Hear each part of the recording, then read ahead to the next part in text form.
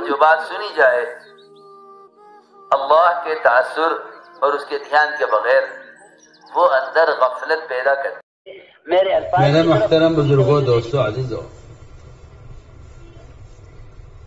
انسان کے چہرے کا نور اور اس کی رونق وہ کسی دوا سے، وہ کسی علاج سے نہیں ہے۔ یہ بھی نہیں کہ آدمی خوش رہے تو چہرے پر رونق ہو، یہ بھی نہیں۔ دو چیزیں ہیں جس سے مومن کا چہرہ چمکتا ہے۔ ایک پہلی چیز، جو لوگ جتنا لایانی کاموں سے اور لایانی باتوں سے بچتے ہیں ان کا چہرہ اتنا ہی زیادہ منور اور اتنا ہی ان کا چہرہ چمکتا ہوا رہتا ہے۔ اس لیے کہ جو قلب کی حالت ہوگی وہ چہرے کی حالت ہوگی۔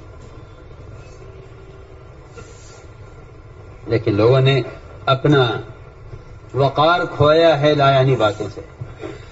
آدمی کا وقار لایانی باتوں سے ختم ہو جاتا ہے۔ لیکن لایانی باتیں یہ چہرے کے نور کو اس لیے ختم کر دیتی ہیں کہ لایانی باتیں دلوں کو مردہ کر دیتی ہیں۔ تو دل مردہ ہوتے ہیں تو چہرے مردہ ہوتے ہیں،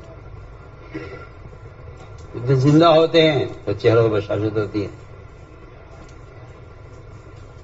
اس لیے حدیث میں آتا ہے کہ ہنسنا دلوں کو مردہ کر دیتا ہے۔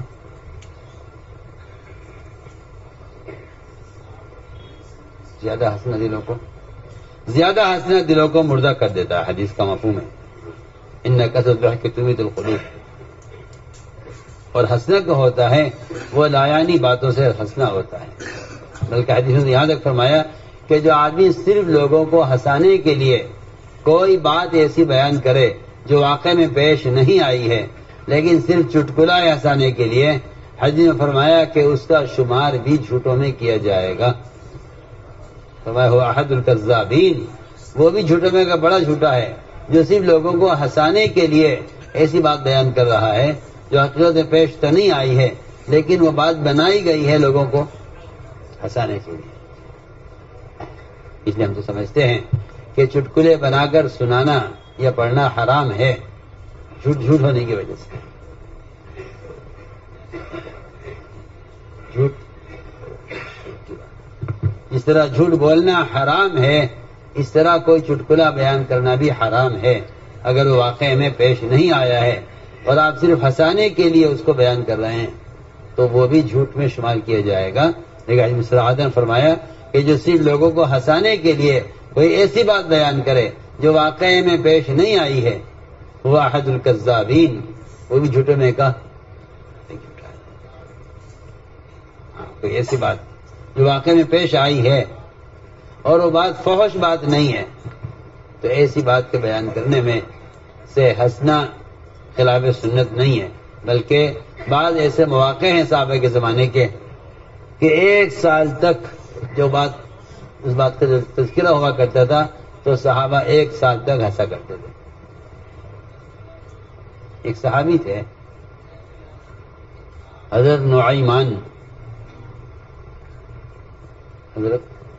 نعیمان، وہ ایسے سے کام کرتے رہتے تھے لوگوں کو ہنسانے کے،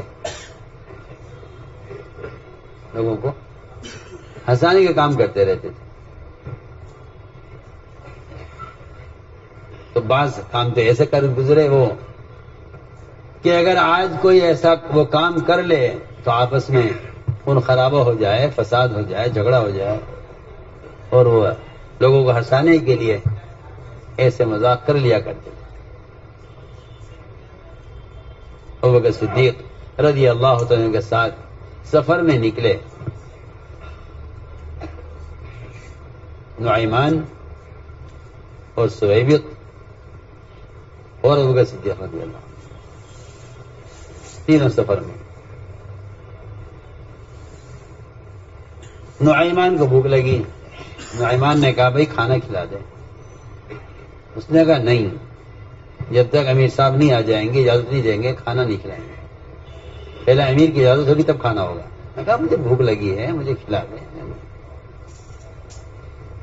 نعیمان کو سوجی شرارت، انہوں نے ایک قافلہ گزر رہا تھا وہاں سے، بھائی کہاں بات ہے، ہمارے پاس بہت سمجھدار، بڑا عقل مند، بہت ہوشیار، بہت مضبوط، بہت طاقتور غلام ہے، اگر کسی کو خریدنا ہو۔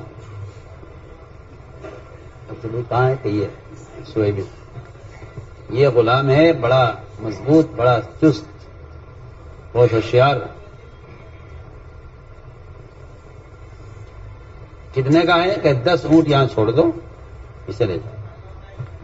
وہ بڑے خوش ہوئے کہ بھائی 10 اونٹوں میں اگر ایک غلام مل رہا ہے اچھا تو سستا ہے۔ انہوں نے اونٹ لے لیے، غلام ان کے حوالے،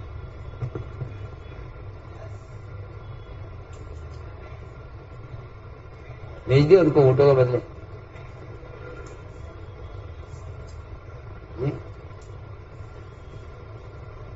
باندھ کے لے گئے انہیں اور کہہ دیا دیکھو یہ کہے گا کہ بھئی میں آزاد ہوں، اس کی بات نہ سننا اور چھوڑنا مت اس کو، یہ بھاگ جائے گا چھوٹ کر۔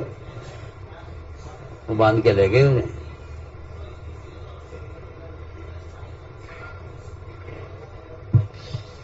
بہت انہوں نے کہا بھائی میں تو آزاد آدمی ہوں، مذاق کر رہے ہیں کہ نہیں نہیں ہمیں پہلے پتہ چل گیا تم جھوٹ بولتے ہو اور تم چھوٹنے کے لیے کر رہے ہو۔ انہوں نے اچھی طرح باندھا رسی سے، لے گئے۔ حضرت بکر صدیق تشریف لائے، پوچھا سویب کہاں ہے؟ کہ جی وہ تو کوئی بات پیش آ گئی۔ کیا بات پیش آ گئی؟ کہ جی اس کو تو بھیج دیا۔ ارے کیسے بھیج دیا آزاد کو؟ کون لے گیا؟ کہ جی وہ آئے تھے، وہ اونٹوں کے بدلے اسے بھیج دیا اور بھاگے ان کے پیچھے، جا کر ان کو پکڑا، ان کو اونٹ واپس کیے، حضرت سویب کو چھڑا کر لائے کہ بھئی یہ تو آزاد آدمی ہے۔ تو اس طرح کے مذاق صحابہ کرتے تھے۔ تو جب بھی اس قصے کا ذکر آتا تھا آپ صلی اللہ علیہ وسلم کے سامنے، آپ اور آپ کے صحابہ اس قصے پر ہنسا کرتے تھے 1 سال تک۔ اور بھی واقعات ہیں بہت سے، لیکن وہی بات ہے کہ جب آپس سے محبتیں ہوتی ہیں آپس میں تو پھر مذاق نبھ جاتے ہیں، اور جب آپس کی محبتیں ختم ہو جاتی ہیں پھر کسی کے ساتھ کسی کا مذاق کرنا وہ بھاری پڑ جاتا ہے۔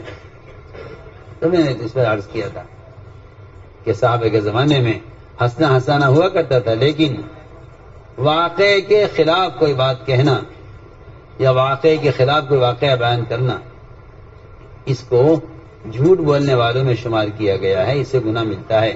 لیکن آج کل لوگ جھوٹے لطیفے، جھوٹے چٹکلے بیان کرتے ہیں، ہنستے ہیں، ایسے ہنسنے سے دل مردہ ہو جاتا ہے، اس لیے کہ جھوٹ بولنا گناہ ہے۔